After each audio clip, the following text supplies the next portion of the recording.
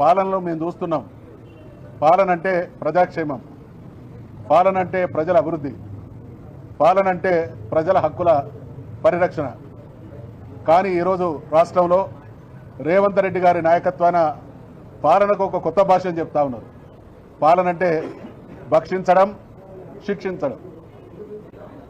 ఎన్నికల సందర్భంగా అనేక హామీలు ఇచ్చి తెలంగాణ రాష్ట్రాన్ని సాధించి 10 సంవత్సరాల కాలంలో కేసీఆర్ గారి నాయకత్వంలో అద్భుతమైనటువంటి పాలన సాగించి ప్రజా జీవితంలో గుణాత్మకమైనటువంటి మార్పు వచ్చిన తర్వాత అధికారాన్ని చేజిక్కించుకోవడమే పరమావధిగా ఎన్నికల మేనిఫెస్టోలో అనేక హామీలు ఇచ్చింది కాంగ్రెస్ ప్రభుత్వం రేవంత్ రెడ్డి నాయకత్వాన.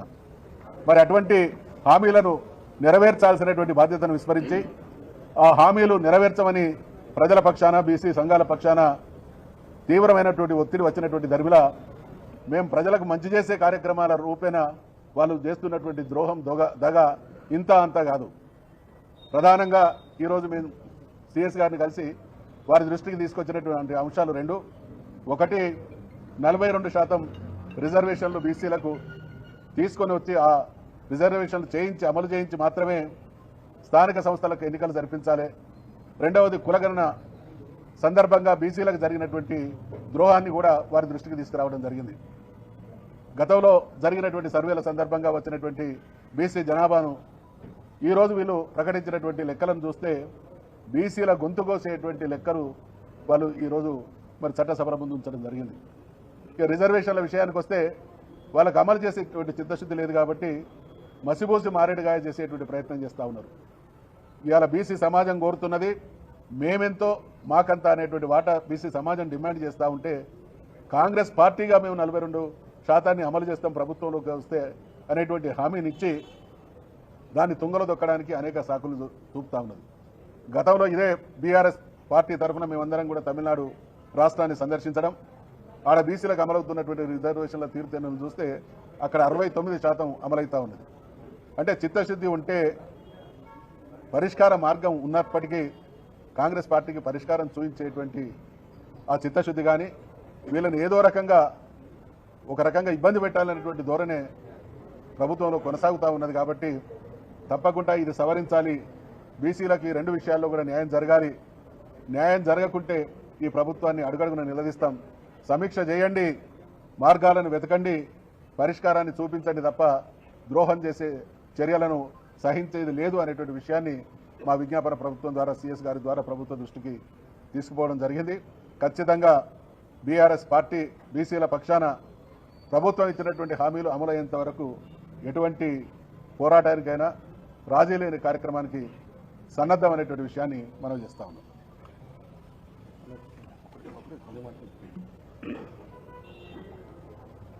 ఈరోజు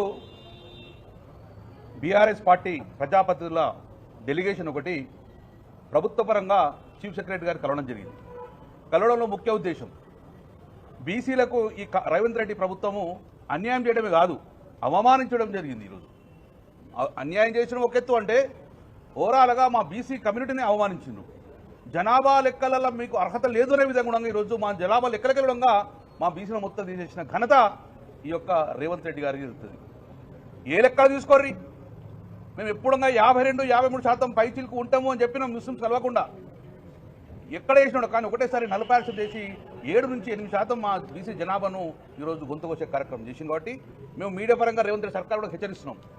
ఇది తెలంగాణ గడ్డ మీద విట్ట ఏ ఒక్క బీసీ బిడ్డ కూడా ఈ సర్వేను ఒప్పుకుంటలేడు. ఈరోజు తెలంగాణ రాష్ట్రంలో ఏ ఇంట్లో కూడా ఒక్కరు సంబరాలు జరుపుకుంటలేరు. సంబరాలు జరుపుకుంటారంటే మీ కాంగ్రెస్ పార్టీ ప్రతినిధులు గాంధీ భవన్ మాత్రం చెప్తారు కానీ గాంధీ వాళ్ళు కూడా గ్రామాలకు సంబరాలు చేస్తే వాళ్ళు ఉరికించి కొట్టే పరిస్థితి ఈరోజు తెలంగాణ బీసీలు ఎదురు చూస్తూ ఉన్నారు. కాబట్టి భేషజాలకు పోకండి రేవంత్ రెడ్డి గారు, మీరు భేషజాలకు పోకండి, మొండి పట్టుగా పోకండి. బీసీలతో ఎవరు పెట్టుకున్న వాళ్ళు కూడా భూమి మీద ఎవరు నిలబడ్డ పరిస్థితి లేదు. కాబట్టి ఒకటే చెప్తున్నారు, భేషజాలు పోకుండా రీసర్వే చేయండి. సలహాలు ఇస్తున్నాం మేము, రీసర్వే చేయండి. నిజంగానే మీకు మా అసెంబ్లీలో తేర మాటలు మాట్లాడుతూ మీకు మా ప్రేమ ఉంటే ఒకరోజు డెడికేషన్ డే పెట్టండి. ఒకరోజు డెడికేషన్ డే పెట్టి ఆ రోజు మొత్తాన్ని మధ్య కూడా ఎవరైతే వారి పేరు నమోదు చేసుకోలేదో, ఆప్షన్ కాలేదో అయినో వాళ్ళందరి పేరు నమోదు చేసుకోండి. ఆ గ్రామంలో ఒక లిస్ట్ తయారు పెట్టండి. ఇక మీ గ్రామంలో ఇంత జనాభా ఉంది, ఇలా ఈ క్యాస్ట్ వాళ్ళకి ఇంత ఉన్నారని చెప్పేసి ఓటర్ లిస్ట్ ఎట్లా పంపిస్తారో మీ జనాభా అక్కడ తయారు చేసుకొని పెట్టుకోండి. మేము చూసుకుంటాం. అక్కడ మా పేరుందా, మా పేరు మా కులం కరెక్ట్ ఉందా అని చెప్పి చూసుకున్న తర్వాత 3 రోజుల తర్వాత ఎక్కడ కూడా ఎవరికి అనుమానం లేకపోతే అప్పుడు మీరు జీవో పాస్ చేసే ప్రయత్నం చేసుకోండి. ఇది నీకు ట్రాన్స్పరెన్సీ నిజంగా నీకు చిత్తశుద్ధి ఉంటే, లేదు మేము గట్లనే 2011 పోయి మీకు గొంతులు పోతా అంటే మేము చూస్తూ ఊరుకున్న పరిస్థితి లేదు. కాబట్టి ఇది రేవంత్ రెడ్డి గారు నిజంగా మాకు ప్రేమ ఉంటే ఇది చేయండి, డెడికేషన్ డే పెట్టండి, గ్రామాల్లో రుణంగా మీరు మా డిస్ప్లే పెట్టుకోండి. నెంబర్ 2, 2023లో కామారెడ్డి డిక్లరేషన్ నువ్వు మర్చిపోయినావు కావచ్చు, కానీ మేము మర్చిపోం. నువ్వు మర్చిపోయినావు కావచ్చు. ఆ రోజు బీసీల ఓట్లను కొల్లగొట్టి నువ్వు గద్దె మీద కూర్చున్నావు. ఈ రోజు మా గూడులు కూలగొట్టే పరిస్థితి నువ్వు చేస్తున్నావు. బీసీలకు మీరు 42% చట్టాన్ని చేస్తా అన్నావు. సంవత్సరం మీద 3 నెలలైంది. గుర్తు చేస్తాం, అవసరమైతే కామారెడ్డికి పోతాం కూడా. మేము కామారెడ్డి చలో కామారెడ్డికి పెడతాం. కానీ మీరు మాకు ఇచ్చిన హామీలను ఎట్టి పరిస్థితుల్లో వదలము. మా ఓట్లను కొల్లగొట్టిరు, ఇది ఇస్తాం అది ఇచ్చేసేసి ఓట్లను బీసీలు ఓట్లు కొట్టుకొని 42% పక్కకు పెడుతున్నారు. కాబట్టి కామారెడ్డి డిక్లరేషన్ ఏం చేసిండో అది విధిగా మా బీసీలకు వాటా అందియండి. అల్టిమేట్ ఒకటే చెప్తున్నాం, మాకు రాజ్యాధికారం కావాలి, సంఖ్యాపరంగా రాజ్యాధికారం కావాలి. మా సంఖ్య చెప్పండి, రాజ్యాధికారం మాకు కావాలి. కాబట్టి డెఫినెట్గా ఈరోజు సంఖ్యాపరంగా రాజ్యాధికారం కోరుకుని బట్టి మా సంఖ్యను ట్రాన్స్పరెన్సీగా చెప్పాలని చెప్పేసి డిమాండ్ చెప్పకపోతే టీఆర్ఎస్ పార్టీ ఊరుకోదు. మళ్ళీ చెప్తున్నాం, టీఆర్ఎస్ పార్టీ తెలంగాణ రాష్ట్రం తీసుకొచ్చడే కాదు, కేసీఆర్ గారు తెలంగాణ రాష్ట్రం తీసుకొచ్చింది ఇట్లా చేయడానికి కోసం కాదు. తెలంగాణ తెచ్చింది కేసీఆర్ గారు, తెలంగాణ తెచ్చింది తెలంగాణ రాష్ట్రం రావడం కోసము. వచ్చిన రాష్ట్రంలో బీసీలు గర్వంగా తలెత్తుకునే విధంగా ఈరోజు బీసీలకు న్యాయం చేశారు. ఈ ప్రభుత్వం వచ్చి బీసీల గొంతు కోసిస్తుంటే బీసీలు తెలంగాణలో కూడా ఊరికే పరిస్థితి లేదని ఖబర్దారని మేము హెచ్చరిస్తున్నాం. ఈరోజు మీడియా మిత్రులందరికీ నమస్కారం. ఈ కాంగ్రెస్ ప్రభుత్వం గ్యారంటీల పేరు మీద గారడి చేస్తూ ఏ ఒక్క హామీ కూడా నెరవేర్చకుండా ఈ రాష్ట్రాన్ని అన్ని రంగాల్లో దివాలా తీస్తూ ఉంది. రైతులు ఆత్మహత్యలు చేసుకుంటున్నారు, బిల్డర్స్ ఆత్మహత్యలు చేసుకుంటున్నారు, పేదవాళ్ళు బతికే పరిస్థితే లేదు.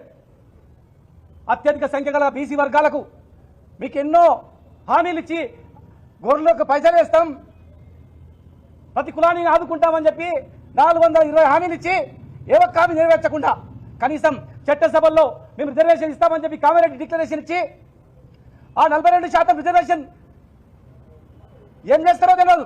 కానీ దానికన్నా ముందు బీసీ సమాజాన్ని అవమానపరిచే రీతిలో కులాల పంచాయతీ పెట్టి, మతాల పంచాయతీ పెట్టి, ముస్లింలను బీసీలలో చూపిస్తూ మీరు చాలా తక్కువ సంఖ్య ఉన్నదని చెప్పి ఇలా అవమానపరిచే రీతిలో అసెంబ్లీలో పెట్టి, అసెంబ్లీ వేదికగా చట్టాన్ని తీయకుండా, సవరించకుండా, చట్టం ద్వారా చేస్తామని ఏ మాట చెప్పకుండా మీరు గిద్దే ఉండరని ఆ వేదిక ద్వారా సమాజం చెప్పి అవమానపరిచేటట్టు చేసిరని చెప్పి ఈరోజు బీసీ సమాజం వీళ్ళందరూ కూడా బాధపడతా ఉన్నారు. మేము హెచ్చరిస్తూ ఉన్నాం. ఇవాళ మేము వాటి అడిగేది మీరు ఏదో స్కీములు పిచ్చమేసినట్లేస్తే మేము అడుక తినకనే లేము. మా ప్రజలు, మా యువకులు అందరూ కూడా మేల్కొన్నారు. ఈరోజు ఖచ్చితంగా రాజ్యాధికార దిశగానే న్యాయం జరుగుతుంది. మా వాటితో గద్దెనెక్కి వాళ్ళు అడుక్కొని మేము అడుక్కొని తినే పరిస్థితి లేము. మీరు ఇస్తాన్న హామీ ఇవాళ 42% అంటే యాక్చువల్గా మేమెంతనో మామంతా 52%, 60% జనాభా. బీహార్లో 52 నుంచి 67% వచ్చింది బీహార్లో.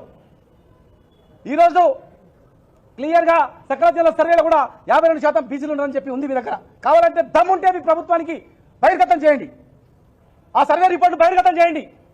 దమ్ముంటే మీ సర్వే రిపోర్ట్ కరెక్ట్ అంటే మీరు ఎవరు వస్తారు రండి, ఏ గ్రామానికి పోదాం, 100% అయిందా చూద్దాం, మీరు ఇచ్చిన నివేదికను ఆ ఊరిలో పెడదాం. కరెక్ట్ ఉంటే మీరేం చెప్తుంది. ఇలా ఎక్కడ కూడా పోలేదు.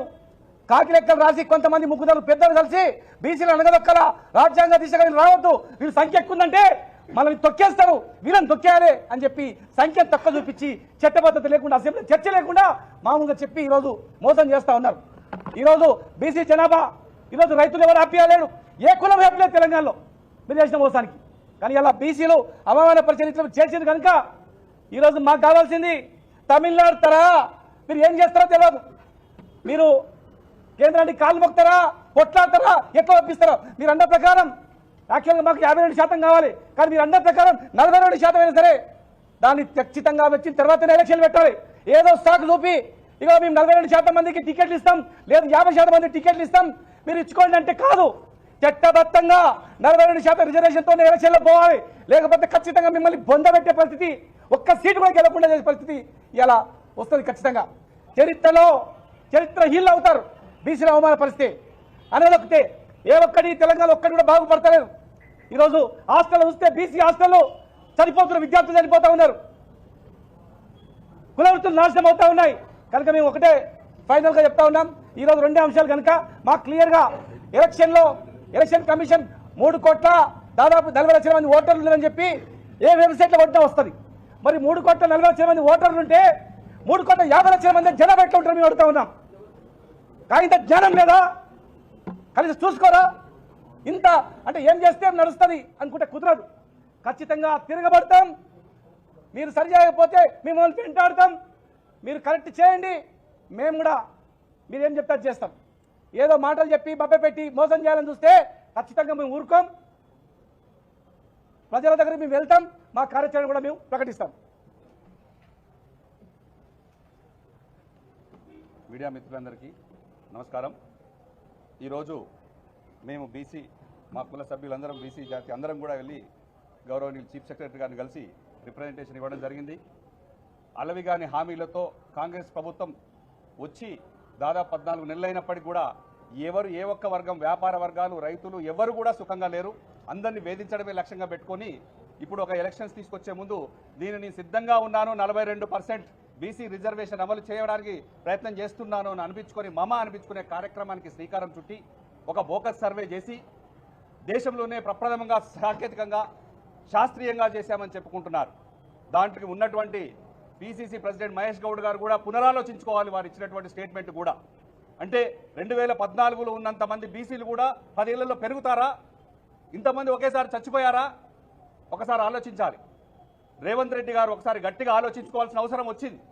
42% ఉన్నట్టు ఇప్పుడు 52% 2014లోనే ఉంటే ఇప్పుడు 42%కి ఎలా దిగిపోయింది బీసీ జనాభా? మా దాంట్లో మాకు కొట్లాటలు పెట్టి బీసీలో తగ్గిపోయారని చెప్పేసి ఇవన్నీ చేసి అల్లకల్లోలం చేయాలని చూస్తున్నది బీసీలు అందరం కూడా కలిసికట్టుగా ఖచ్చితంగా కొట్లాడతాం. మీ మీద దాడికి సిద్ధంగా ఉన్నాం, ఒప్పుకునేది లేదు ఎట్టి పరిస్థితుల్లో కూడా. మీరు చెప్పారు ఆయన సంవిధానాన్ని ఒక బుక్ పట్టుకొని రాజ్యసభలో లోక్సభలో తిరుగుతూ ఉంటారు పార్లమెంట్లో రాహుల్ గాంధీ గారు. దేశంలోనే ప్రప్రథమంగా శాస్త్రీయంగా సర్వే చేశామని దాన్ని నిలదీస్తాం. బీసీలు ఏ ఊళ్ళో ఎంతమంది ఉన్నారో మాకు మేమైనా సరే గ్రామాలలో మా బీసీల సంఖ్య ఖచ్చితంగా చూపించుకుంటాం. దీన్ని మీకు బుద్ధి చెప్పే విధంగా చేస్తాం. మేము దీన్ని ఖచ్చితంగా కూడా పార్లమెంట్లో ఇష్యూ చేస్తాం, రాజ్యసభలో ఇష్యూ చేస్తాం, మోడీ గారిని ప్రధానమంత్రి గారిని కలుస్తాం. బీసీలు ఎంతమంది ఉంటే ఎంతమంది ఎలా తగ్గారు, ఓటర్స్ పెరగాల్సింది పెరగరు, జనాభా తగ్గుతారు, ఎట్లా తగ్గుతారు దీన్ని ఖచ్చితంగా కూడా చూపెట్టాలి.